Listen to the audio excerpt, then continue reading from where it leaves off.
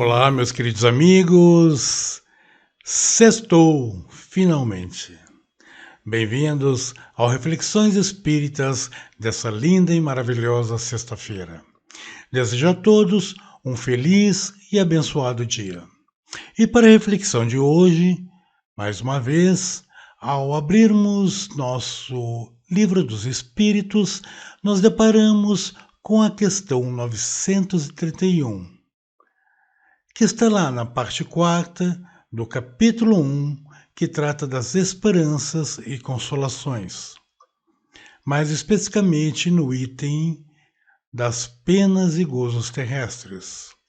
Item que reúne as questões 920 a 933. E é o item que trata, portanto, da questão do sofrimento, da origem do sofrimento. E deixa-nos claro que a felicidade para muitos neste mundo ainda advém do ter e não do ser, sendo, portanto, relativa a um status de vida e posição social. Mas vamos à questão. Kardec submete aos benfeitores o seguinte questionamento: por que são mais numerosas na sociedade as classes sofredoras do que as felizes? É importante que entendamos o contexto da época de Kardec, ali por meados de 1800, 1850, como vivia a humanidade. Mas teceremos mais comentários após ouvirmos aqui a resposta que os benfeitores dão a Kardec. E então, segundo os benfeitores, referindo-se à classe sofredora ou classe felizes, dizem eles: nenhuma é perfeitamente feliz.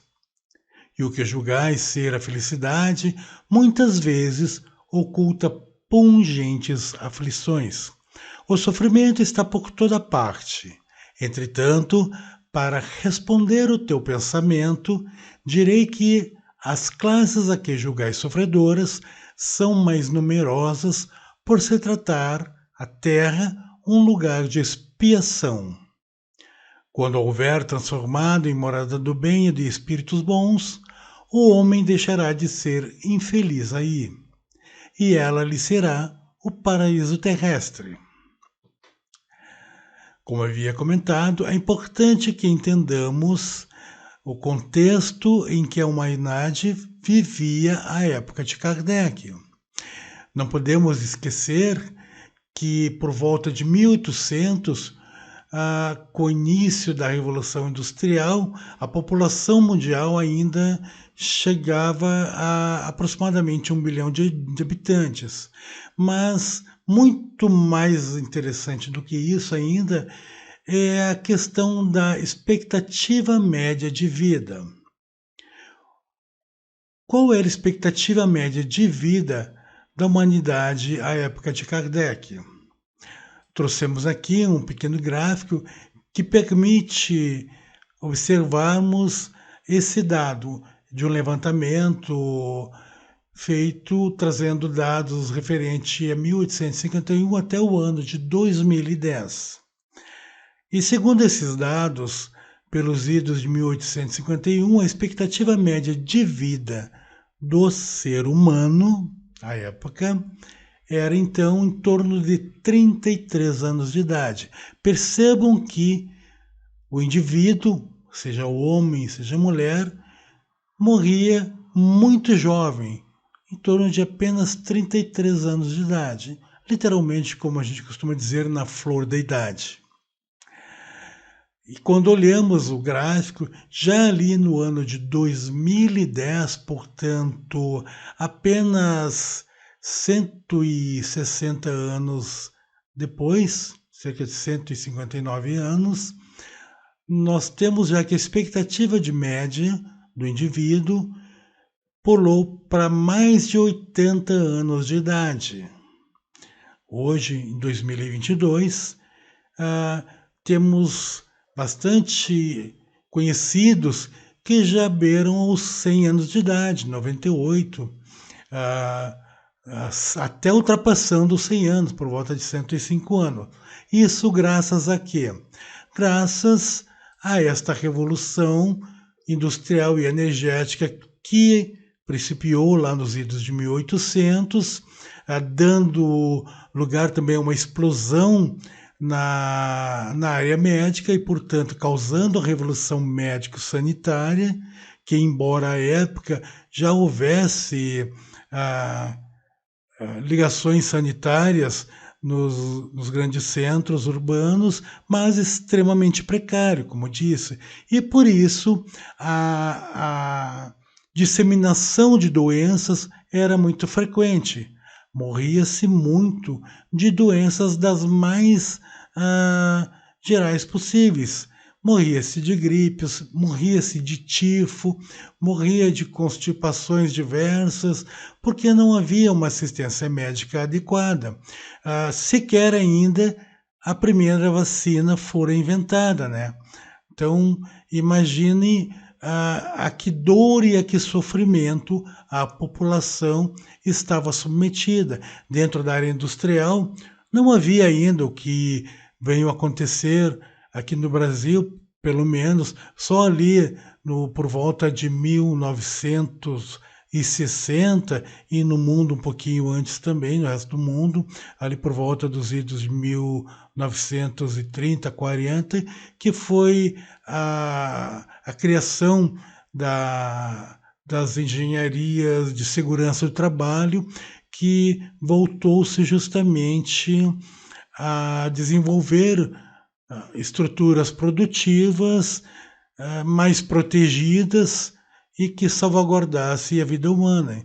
Então, tínhamos um contexto onde o nível de sofrimento físico era extremamente grande.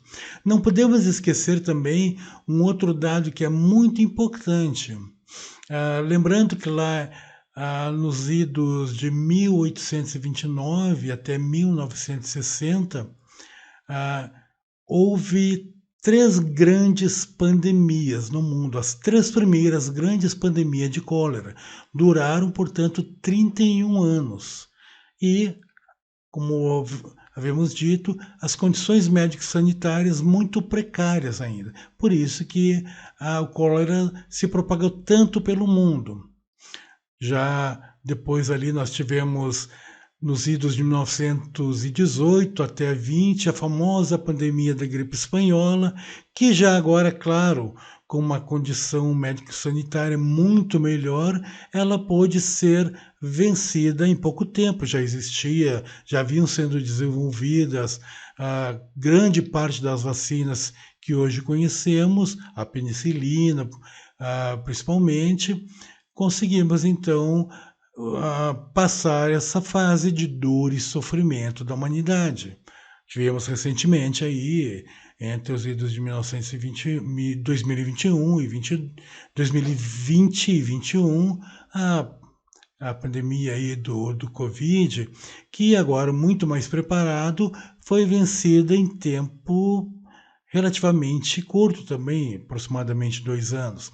Então, quando olhamos esse contexto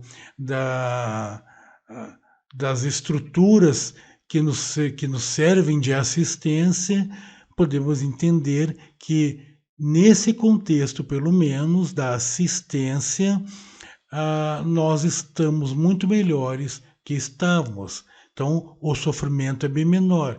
Entretanto, isso nada nos diz com relação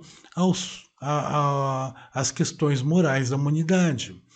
E vamos olhar também um outro aspecto que é muito importante: o crescimento da população daquela época aos dias de hoje. Aqui eu vou apresentar um outro gráfico para vocês que vai mostrar também o rápido crescimento populacional que se deu a partir justamente do advento da Revolução Industrial e da Revolução Médico-Sanitária. Então, nós temos ali pontos importantes, né? Como, por exemplo, havíamos dito que lá nos idos de 1800, a população mundial aproximava-se de 1 bilhão de habitantes. Já ali, pouco tempo depois, em cerca de, se não me engano, foi 1927, apenas temos ali 227, 227 anos depois, a população havia saltado para 2 bilhões de habitantes. Já nos anos de 1960, nós tínhamos 3 bilhões de habitantes, e nos idos de 74, 4 bilhões. Em 1987, o mundo já contava com 5 bilhões de habitantes, e já ali nos idos do ano 2000, na virada do milênio, contávamos com 6 bilhões de habitantes. Então vejam que ali apenas cerca de 200 anos, né, 1800 a 1999, nós pulamos de 1 bilhão para 6 bilhões.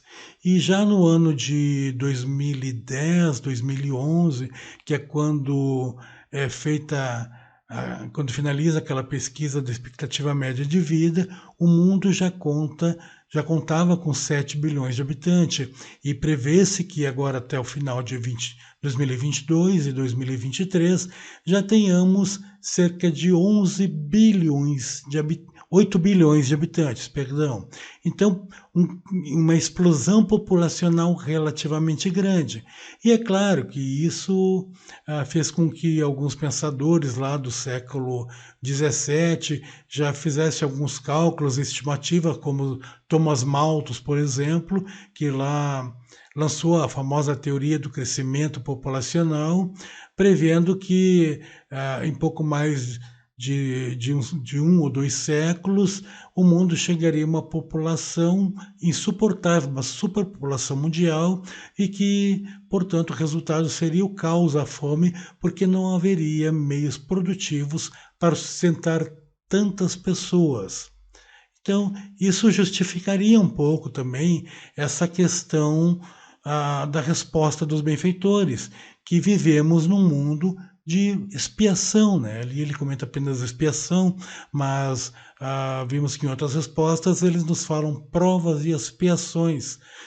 Então, literalmente, um mundo de dor e sofrimento. Mas nem tudo é dor e nem tudo é sofrimento, porque nós temos que olhar também o aspecto positivo da vida.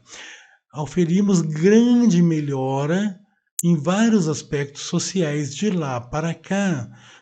Ao longo desses 168 anos, desde o advento da publicação de O Livro dos Espíritos, em 1857, com certeza tivemos muitos avanços em diversas áreas do nosso mundo, e com isso tivemos uma sensível redução do sofrimento, e, portanto, com certeza podemos dizer que essas classes sofredoras se reduziram bastante. Lembrando que lá nos idos de 1830, por exemplo, aqui no Brasil, o Código de Processo Penal ainda legislava sobre a questão da escravatura. Imagina, eram diferenciados as penas aplicadas às pessoas livres e aos escravos. Então, podemos ver que houve uma sensível melhora nessa questão do sofrimento. A expectativa de média de vida cresceu sensivelmente, mais que dobrou de lá para cá, como comentamos, como demonstramos ali graficamente, e a população cresceu realmente. Até agora não vimos a previsão lá de Thomas Malthus, lá do século XVII, se realizar, que teríamos uma explosão populacional no mundo, e com isso a fome e a miséria iria se alastrar como praga. Não aconteceu ainda.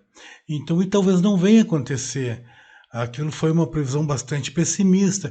Vimos, na verdade, que a tecnologia nos favoreceu ampliando os meios produtivos, de forma que hoje, claro, embora haja desigualdade social, mas a miserabilidade reduziu-se sensivelmente.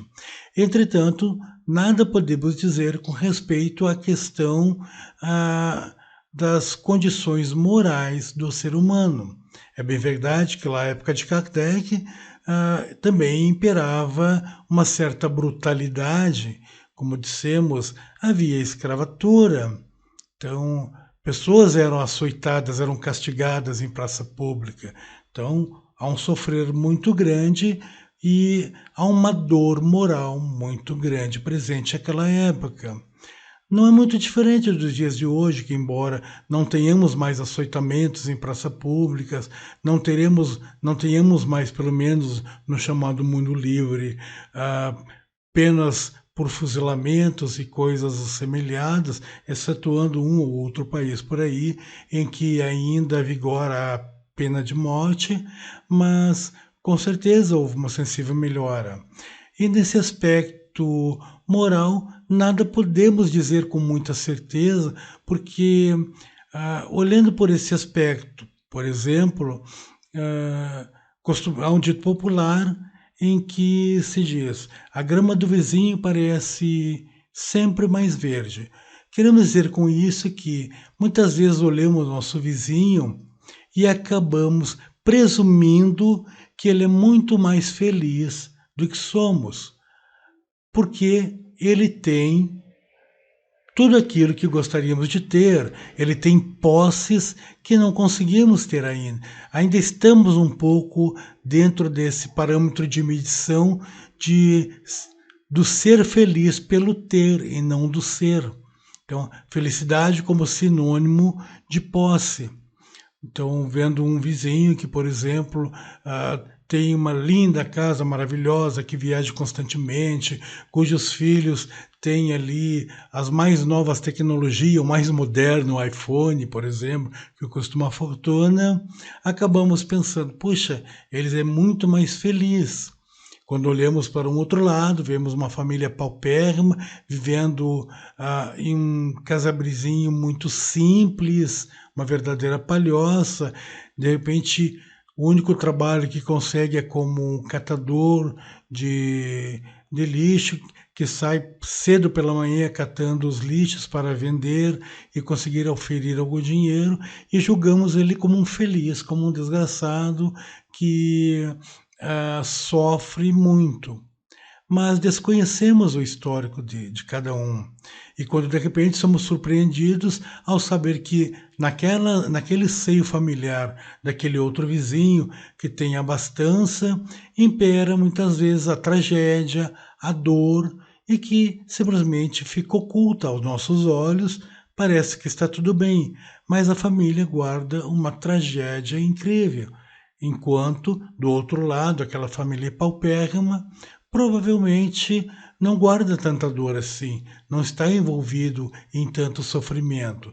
São pessoas tranquilas, educadas, simplesmente têm o mínimo e vivem com o mínimo. E aí não podemos esquecer da questão do nosso projeto reencarnatório. Talvez aquela família que hoje vemos simples tenha sido já mais abastada e, como provação, tenha pedido uma reencarnação já numa condição muito mais simples. Então, eles já conseguiram equilibrar-se moralmente para agora saber viver na pobreza. Entretanto, o outro talvez ainda esteja vivendo a provação da riqueza e ainda não possui uma estrutura emocional, uma elevação moral que lhes dê salvaguarda para viver equilibradamente e feliz com a abastança que tem. Mas é uma questão bastante interessante e que eu até proponho como reflexão para quem quiser estender um pouco, e convido a registrar nos comentários suas impressões sobre essas questões. E eu proponho o seguinte questionamento para vocês que nos assistem. Vivemos nos dias de hoje em condições muito mais felizes, com menos sofrimentos do que no passado, ou aquela época, comparado aos dias de hoje, éramos muito mais felizes e sofrimos menos do que nos dias atuais? Deixo a resposta com vocês, aguardo que apontem nos registros e convido-os mais uma vez a compartilharem nossos vídeos, a inscreverem-se no nosso canal, a comentarem com seus amigos. Então, pessoal, ficamos hoje por aqui. Eu desejo a todos uma feliz sexta-feira e voltamos a nos encontrar no dia de amanhã com um novo programa. Até breve.